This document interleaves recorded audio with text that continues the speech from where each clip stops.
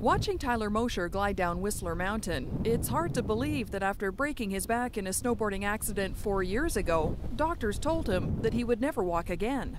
When you become paralyzed, it's a very scary thing because all of a sudden your brain doesn't talk to your muscles. And I was totally paralyzed from the waist down.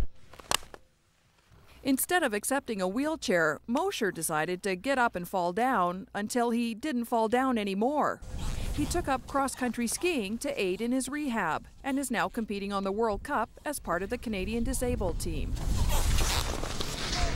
It's harder for me to go slow. That he can also do this is considered a medical miracle. Although without the use of his calf or gluteus muscles, balance is sometimes a little elusive. What's different about my binding is that I have 3 straps, and it enables me to get an edge on my snowboard by bending my knees, so that when you see me snowboarding, you wouldn't know that I'm 40% paralyzed below the waist. Coming around your left. Mosher can imagine nothing better than competing in snowboarding when the Paralympics come to his hometown in 2010.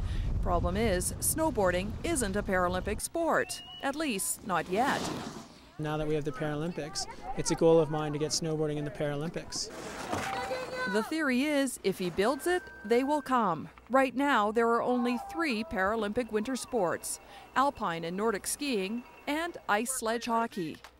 The president of the International Paralympic Committee says he's all for adding snowboarding, as long as there's enough participation. I think there's a possibility. I think that the thing that we have to look at, though, is how widely practiced is snowboarding. We need 30 elite athletes, both men and women, from at least 5 to 8 nations. So if you know anyone out there who wants to learn how to snowboard with a disability, or anyone out there snowboarding with a disability, get them a hold of me, and we'll get them out there competing. Mosher is hoping to help organize 2 disabled snowboarding competitions at Whistler next year, and then build on that through to 2010. Larsen, CBC News, Whistler.